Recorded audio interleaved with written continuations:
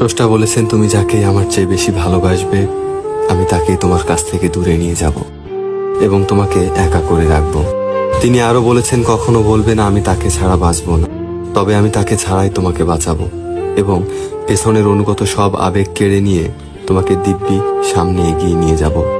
তুমি কি দেখো না, ঋতুরাও বদলাতে থাকে, ছায়া দেয়া গাছের পাতাও যায় শুকিয়ে, ধৈর্য হারিয়ে যায়, কিন্তু তোমার স্রষ্টার ধৈর্যশীল ও পরম দয়ালু। সেই ঝরে যাওয়া পাতার ডাল থেকেই আবার সবুজ পাতা গজায়। তুমি কি দেখো না তোমার স্রষ্টার এই নিদর্শন, যে মানুষটাকে তুমি নিজের অংশ ভাবতে, সেই মানুষটাই একদিন অচেনা হয়ে যায়, তোমার মন ভেঙে যায়। এমনকি তোমার বন্ধু ও শত্রুতে পরিণত হয়, আবার শত্রুও খানিক সময় পরে পরিণত হয় বন্ধুত্বে। যে মানুষটাকে নিজের জীবনের চেয়েও বেশি ভালোবাসতে, সেও প্রতারণা করে।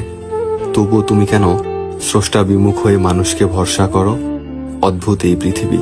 যখন তুমি ভাবো এটা হবে না কখনো, কিন্তু পরক্ষণে সেটাই হয়। সেটাই হবার নয় কি? তুমি বলো আমি পড়বো না, অথচ তুমি পড়ো। তুমি বলো আমি বিস্মিত হব না, অথচ তুমি রোজ বিস্মিত হও। এবং সবচেয়ে বিচিত্র বিষয় হচ্ছে, তুমি বলতে থাকো আমি মরে গেছি, অথচ তুমি বাঁচো। অথচ তুমি বেঁচে থাকো, তোমার স্রষ্টা তোমাকে বাঁচায়, তোমার স্রষ্টা তোমাকে বাঁচিয়ে রাখে।